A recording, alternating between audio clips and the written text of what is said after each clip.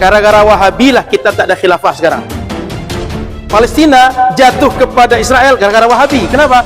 Palestina menjadi garansi, jadi gadaian kalau Inggris mau menolong pasukan Hijaz untuk memberontak kepada Utsmaniyah, Palestina untuk Israel. Itu udah ada kong-kalingkongnya, Pak. Maka nggak akan pernah dengar orang Wahabi, orang Salafi akan protes masalah Palestina. Kenapa? Palestina mereka yang ngasih kok. Cara menyelesaikan ini itu agama Islam ini kan agama sudah lengkap, pasti ada solusi yang sudah. Kita kenapa ikut Asy'ari? Karena mengikutkan akidah Nabi dan sahabat. Ceritanya sudah tadi. Bukan karena cenderung bukan ngotot ke situ. Karena itu akidah sahabat dan Rasul. Apakah ada Nabi berpesan ikuti akidah syariah gitu? Sama, Nabi nggak berpesan ikut akidah Salafi. Nggak ada. Kenapa? Karena bagi Nabi itu ikut ma'ana alaihi wa ashabi, ikut keyakinanku dan sahabat-sahabatku. Yang dihidupkan tadi akidah Nabi dan sahabat. Sama dengan yang dikatakan oleh Ustaz Salafiyah juga, yang mengacu kepada salafus saleh yang mulai dari Nabi. Kita coba tanya, yang Salafiyah siapa imamnya? Gimana menyimpang ini gitu? Karena imam ketat sekali sekarang berdebat tentang ini. Kita tanya, Pak, Salafiyah ini imamnya siapa? Salafiyah ini imamnya siapa? Dia mengacu pada sunnahnya Rasul gitu. Baik, sunnah Rasul menurut imam siapa? Kalau kita jelas, Imam Abu Hasan Asy'ari. Para sahabat itu, Siapa sahabatnya? Sahabatnya siapa? sahabat yang banyak itu, jadi bukan mengacu pada satu orang. Ibnu Mas'ud, Ibnu Umar, itu dalam fatwa beda. Ibnu Abbas beda lagi dalam fatwa. Kemudian Zaid bin Sabit beda lagi. Sahabat yang mana ikut? Karena ada hadis, sebenarnya kata kuncinya ada perdebatan di antara ulama kembali kepada Al-Quran dan Sunnah ulama Rasyidin. Saya kan pernah jelaskan sini, Pak. Ikut pada ulama kan? Tinggal Bapak ulama mana, kami ulama mana. Sebab kan kita kembali pada Quran dan Sunnah. Ulama saja beda, apalagi kita. Ulama yang paham beda, apalagi kita yang nggak paham. Orang nggak paham kan ngikut yang paham kan? Cuma masalahnya, Bapak mengikut siapa, saya ngikut siapa.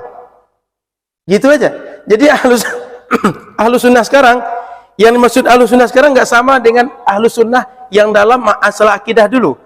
Orang sekarang, coba Bapak boleh nanti diklarifikasi. Yang dimaksud mereka ngikut ahlus sunnah, yang mengikut sunnah. Maksudnya, yang mengikut hadis-hadis Nabi berdasarkan pemahaman mereka. Itulah ahlus sunnah. Bukan ahlus sunnah seperti historis kenapa muncul istilah pertama ahlus sunnah wal jamaah tadi. Bapak boleh cek. Itu yang disampaikan Ustaz Sunusi bahwa seluruh ahlus sunnah itu menunjukkan Salafiyah, Syariah, Maturidiyah. Karena Ustaz menyampaikan tadi cenderung fokusnya ke Syariah aja. Bukan. Ada perbedaan. Sementara ini satu jamaah kita di sini dari guru yang berbeda gitu, kita jadi bingung. Apalagi tambah referensi dari lain gitu kan, yang medsos yang begini. Gimana kita penyelesaian itu? Mana kita menyikapi ini? Menyikapinya kembali kepada akidah Rasul dan sahabat tadi. Maka kalau mengikut yang lain dan mengikut Rasul juga pasti akan bingung. Tapi kalau lepas dari yang lain, ikut pada sahabat dan Rasul dan sahabat, clear dia. Itu betul semuanya mengatakan seperti itu ulama itu. Kita tinggal tanya, Pak, yang Salafiyah, saya tanya, Salafiyah ini imamnya siapa, Pak? Salafiyah ini imamnya siapa? Biar kita rujuk, Pak. Dia ngikut siapa? Iya, siapa imamnya? Semua keilmuan ini, Pak, semua konsep, semua teori, itu pasti ada penemunya.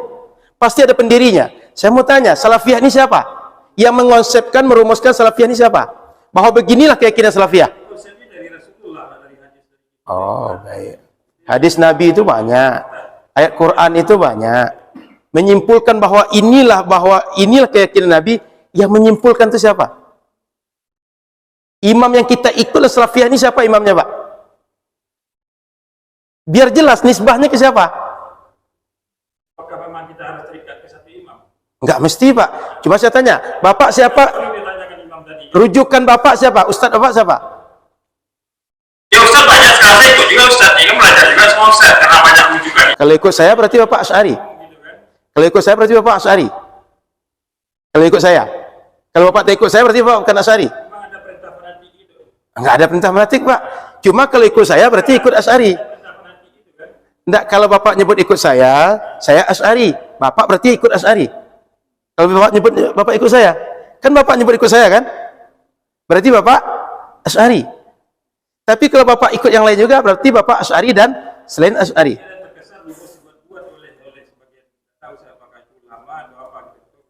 Kan kita tinggal clearkan, Pak. Saya tadi menyebutkan itu sekadar apa masukan bagi Ustaz mungkin ya. Itu yang saya terima juga dari yang saya pelajari, saya dengar dan saya ini itu yang terjadi. tugas Bapak, saya tugaskan kalau Bapak nanti bertanya lagi Ustaz tuh, kita rujukan kita ke imam siapa? Kenapa kita menyebut sebab Yang katakan yang tadi yang saya bilang itu Ustaz ini siapa namanya, Mawardi, Dr. Mawardi. itu mau di ngajar sini? Kesimpulan sekarang Dr. Mawardi belajar di Madinah, Ustaz mungkin cenderung ke Mesir. Jadi mungkin ini karena rujukannya perbedaan, itulah perbedaan itu terjadi, bukan masalah Qurannya yang salah atau hadisnya yang salah gitu. Nah, tetapi cara tafsirkan Al-Quran dan hadis tadi gitu. Karena Ustaz belajar di Mesir mungkin atau yang lain, sementara ini belajar di sini, ini pengaruh-pengaruh ini gitu. Apalagi kalau dikaitkan dengan hadis bahwa setiap 100 tahun itu 700 tahun satu abad itu akan muncul pembaharu gitu. Imam Abu Hasan, beliau imam yang mujaddid abad keempat. Beliau sepakat ulama setelah beliau mujaddid abad keempat. Makanya beliau dirujuk. Nah, sekarang Salafiyah. Setiap 100 tahun akan ada menjadi baru, Baik. pembaharu di Baik. yang Islam yang menyimpang tadi kan. Baik, menurut Bapak mujaddid yang Bapak ikuti siapa? Mujaddid yang Bapak ikuti siapa? Itu yang saya sedang pelajari sekarang, menjadinya siapa yang diakui oleh ulama. Karena Berarti itu yang Bapak ini belum jelas ngikut siapa nih sekarang nih. Nggak tahu imamnya siapa kan? Saya ulang, Bapak imamnya siapa gitu? Merujuk ke imam siapa? Biar jelas bahwa ilmu ini jangan sampai dia tak jelas berujung ke siapa. Kita ngikut siapa? Karena setiap ilmu dia pasti jelas ke siapa nisbahnya. Makanya tadi saya sebut ada Imam Syi'anu, Imam Ibn Khaldun menyebut, Imam Ibn Qadiyat menyebut. Siapa orang ini? Sejarah mereka bisa dikaji semuanya. Artinya referensi yang ditunjukkan oleh mereka, mereka orang otoritatif yang bicara. Tinggal Ustadz Bapak, dia siapa? Otoritatif atau tidak? Kemudian dia mengikut imam siapa? Otoritatif atau tidak? Tinggal begitu saja, Pak. Makanya saya sebut tadi bahwa ketika Al-Quran dan Sunnah terjadi beda ulama dalam memahami, ulama dah beda, apalagi kita. Pasti lebih banyak lagi bedanya. Ketika mereka beda, kita tinggal pilih mengikut siapa. Bapak dengan saya sama tak yang diikuti? Kalau sama, kita tak akan beda-beda. Tapi kalau Bapak beda yang diikuti, saya tidak akan sama dengan Bapak. Saya ngikut siapa? Dalam akidah Imam Abu Hasan Al-Asy'ari. Dalam fikih Imam Syafi'i. Bapak ngikut siapa? Itu pertanyaan saya. Dalam akidah ngikut siapa? Dalam fikih ngikut siapa? Biar jelas nisbahnya ke siapa. Kenapa? Imam Syafi'i punya kaidah, Imam Abu Hasan punya kaidah. Imam Bapak siapa? Kaidahnya apa? Kenapa menyebut Bapak mengikut sunnah, yang lain tak mengikut sunnah? Kaidahnya apa? Rambu-rambunya apa? Teorinya apa? Gitu kira-kira, Pak. Makanya kita perlu cari imamnya siapa.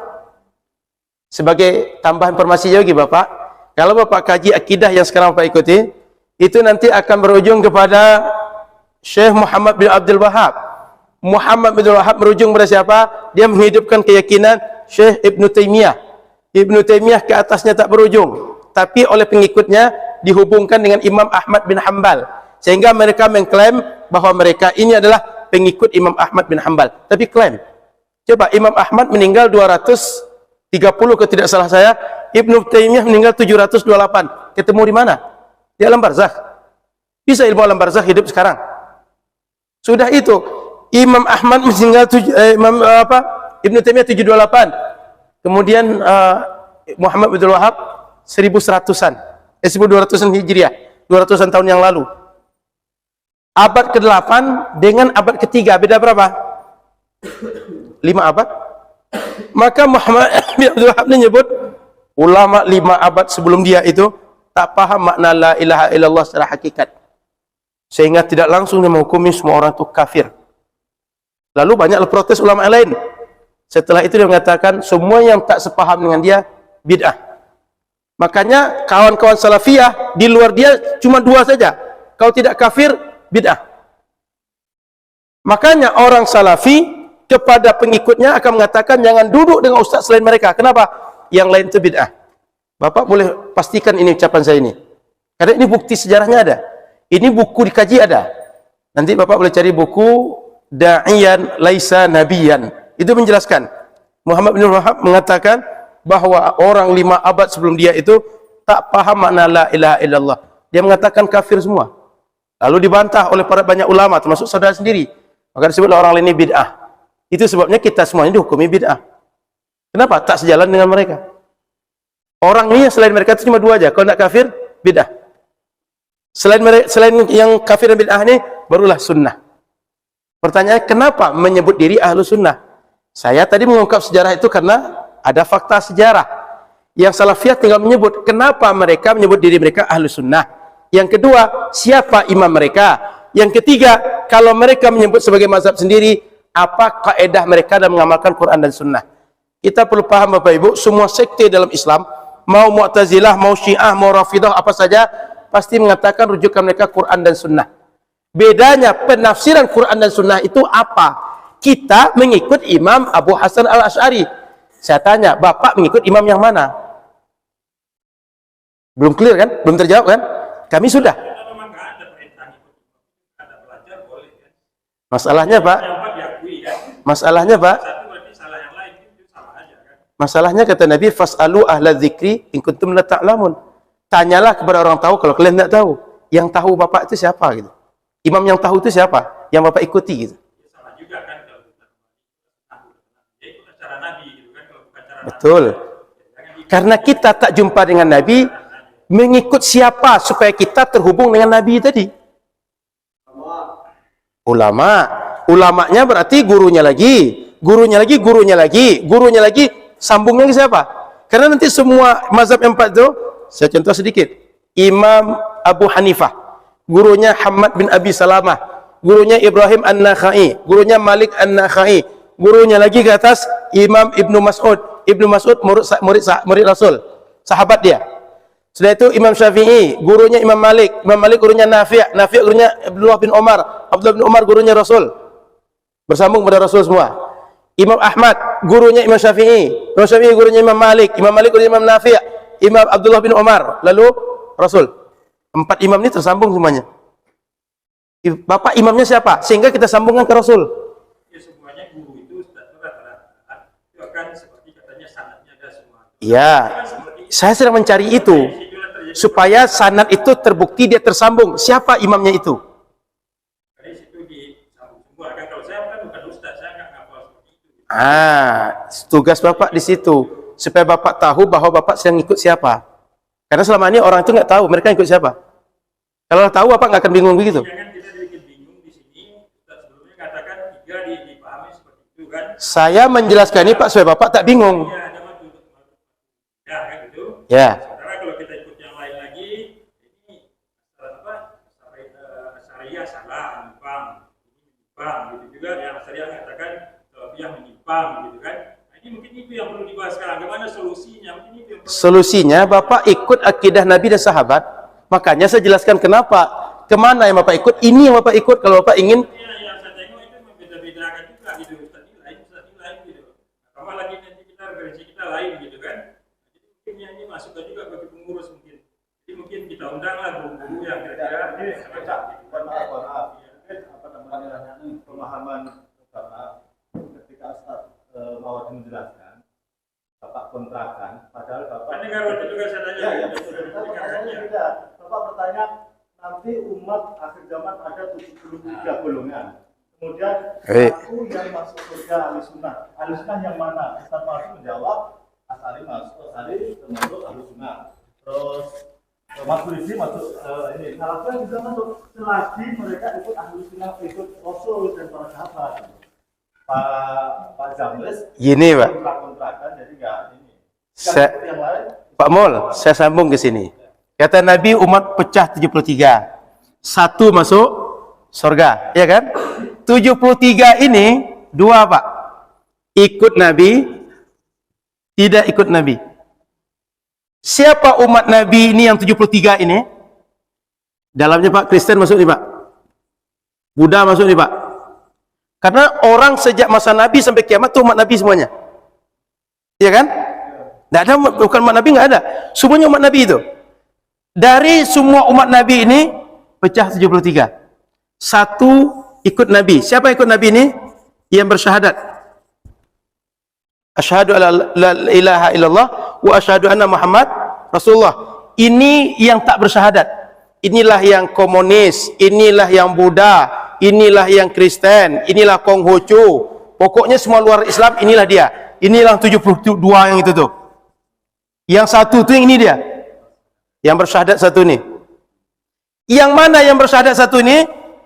Baru tadi ada Salafi dalamnya. Ada Asy'ari dalamnya. Ada Syiah dalamnya. Ada Khawarij dalamnya. Ada Mu'tazilah dalamnya. Semuanya masuk nih, Pak. Ketika sudah banyak ini, ada hadis yang lain. Ketika umat pecah banyak ini, kalian kata Nabi ikut yang mayoritas. Yang sawadul azam kata Nabi. Siapa sawadul azam sekarang? Bapak boleh uji. Siapa yang mayoritas umat ini? Apakah Salafi atau Asy'ari? Bukti Pekanbaru paling mudah. Masjid di Pekanbaru ini yang Salafi cuma Abu Darda, Raudhatul Jannah, Umar bin Khattab, Imam Syafi'i, Imam Nawawi. Selain itu Asy'ari semuanya. Banyak atau sedikit Salafi? Saya tanya lagi masjid, Pak, banyak atau sedikit? Pesantren yang Salafi berapa? Bapak bisa hitung. Selain itu Asy'ari. Di sisi lain, mayoritas yang menentukan benar salahnya agama ini yang tadi. Karena dia ngikut sunnah lah jadi mayoritas, Pak. Sama dengan partai politik jadinya. Gini, Pak, bukan partai politik, Pak. Ini nalar, Pak. Bapak dengan nalar, Pak. Bapak pakai logika, Pak. Bapak keluarkan pemikiran Salafi Bapak. Ikut nalar Bapak sekarang. Saya berpikir dengan nalar. Saya tidak berpikir dengan teks, dengan nalar. Bapak berpikir dengan nalar. Kira-kira, Pak, kalau di masjid ini ada satu yang salah, apa lakukan orang lain? Ngikut atau membenarkan yang salah tadi? Ada satu orang kencing di sini atau berzina di sini, yang lain akan marah atau ngikut di satu tadi? Marah, Pak. Enggak terima, Pak. Minimal dia enggak akan ngikut. Makanya kata Nabi, umatku la tajtami'u 'ala dhalalah. Umatku ini enggak akan sepakat ikut yang salah. Mereka itu akan sepakat yang mana? Yang benar. Makanya umat Nabi ini yang terjamin yang mayoritas. Yang ngikut. Kenapa mayoritas itu banyak? Kenapa mereka semuanya sama? Karena mereka tak akan sepakat yang salah. Kenapa ada yang sikit macam ini semua? Karena mereka ini tak mau ngikut yang benar.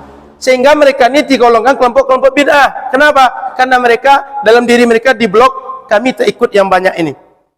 Sementara yang banyak ini mereka tak mungkin salah, Pak. Kenapa? Orang kalau banyak mereka saling membenarkan, saling menguatkan, saling nasihati. Itu sebabnya kelompok di luar ini akan terus menghantam ini. Kenapa? Dia akan mengatakan dirinya yang benar. Sama macam orang berdagang. Saya ingin laku dagang saya, maka saya akan burukkan yang ini, burukkan ini, burukkan ini, burukkan ini, supaya orang ikut saya. Itulah kerja Salafi sekarang. Sebenarnya Pak Salafi itu Pak, dia bilang, ini keyakinan Salafi, ini keyakinan kalian. Kami beramal dengan kami, kalian beramal dengan kalian. Selesai urusan, Pak. Yang jadi masalah itu karena Salafi, kami yang benar, kalian sesat. Kami yang benar, kalian tak sesuai sunnah. Kami sesuai sunnah. Itu jadi masalah, Pak. Mana mau orang ini semua sudah beramal 70 tahun tak sesuai dengan sunnah. Bapak baru datang muncul mengatakan sesuai dengan sunnah. Buktinya kenapa orang ini sudah lama rata-rata tahu sifat 20. Yang usul salasah yang 3 enggak paham mereka. Usul salasah yang 3 itulah ciri khas utama Salafi, Pak. Jadi Mawardi tadi enggak perlu Pak kontra dengan saya karena ini dia. Jadi kalau ciri khas Salafi dikatakan Arab Saudi, bukan Arab Saudi, Pak. Bukan. Salafi itu dia mengikut Muhammad bin Abdul Wahab. Sehingga bisa Saudi, bisa selain Saudi. seperti yang dikatakan di sebelum tadi ada pertemuan ulama di Kenya itu. Mereka enggak menyebut Saudi, Pak. Mengeluarkan pemahaman yang dipahami oleh Arab Saudi. Bukan Saudi, keyakinan Salafi. Wahabi disebutnya. Bapak beda konteks. Itu, Pak. Jadi saya ulang Bapak Ibu, ketika 73 kata Nabi itu, satu masuk surga siapa? Yang syahadat. Semua yang bersyahadat pasti masuk surga. Tinggal masuk surga langsung, cepat, lambat, masuk neraka, lalu masuk surga. Tapi yang tak bersyahadat tak akan pernah masuk surga. Makanya Nabi sebut cuma satu masuk surga. Siapa? Yang bersyahadat. Yang syahadat ini banyak. Ketika ini banyak, Nabi suruh apa? Ada perintah yang lain. Ikutlah kalian yang sawadul azam, yang mayoritas. Kenapa? Yang mayoritas ini tidak mungkin salah. Yang mungkin salah itu yang sempalan, yang sikit-sikit. Yang sikit-sikit, yang eksklusif. Yang mereka tak mau berbaur dengan yang lain. Di situ turunannya Pak. Dr. Mawardi mungkin baru sampai di sini. Tapi kalau lanjut ke bawah, ini dia. Kenapa kita sebut Asy'ari ini mayoritas? Buktinya valid. Pekanbaru contoh, uji masjidnya, uji amaliyah masyarakatnya, pesantrennya coba uji, ulamanya uji, kitab yang ditulis coba uji. Mana yang banyak antara Salafi dengan Asy'ari? Kenapa belakang banyak referensi Wahabi? Karena orang haji dikasih buku gratis, tak beli. Kenapa itu dilakukan? Untuk menyebarluaskan pemahaman Wahabinya. Gitu Pak. Di situ baru masuk politis, baru masuk uang di situ. Jadi kalau dikaji lebih panjang lagi Pak. Kenapa Wahabi muncul? Wahabi ini muncul dulu asalnya kalau kita tahu secara politik memberontak kepada khilafah Islamiyah. Kalau tak merontak kepada khilafah Utsmaniyah, nggak akan runtuh khilafah dulu. Jadi Wahabi ini mohon maaf Pak, kalau kaji lebih lanjut lebih parah lagi. Gara-gara Wahabi lah kita tak ada khilafah sekarang. Palestina jatuh kepada Israel gara-gara Wahabi. Kenapa? Palestina menjadi garansi, jadi gadaian kalau Inggris mau menolong pasukan Hijaz untuk memberontak kepada Utsmaniyah, Palestina untuk Israel. Itu udah ada kongkal-lingkongnya Pak. Maka nggak akan pernah dengar orang Wahabi, orang Salafi akan protes masalah Palestina. Kenapa? Palestina mereka yang ngasih kok.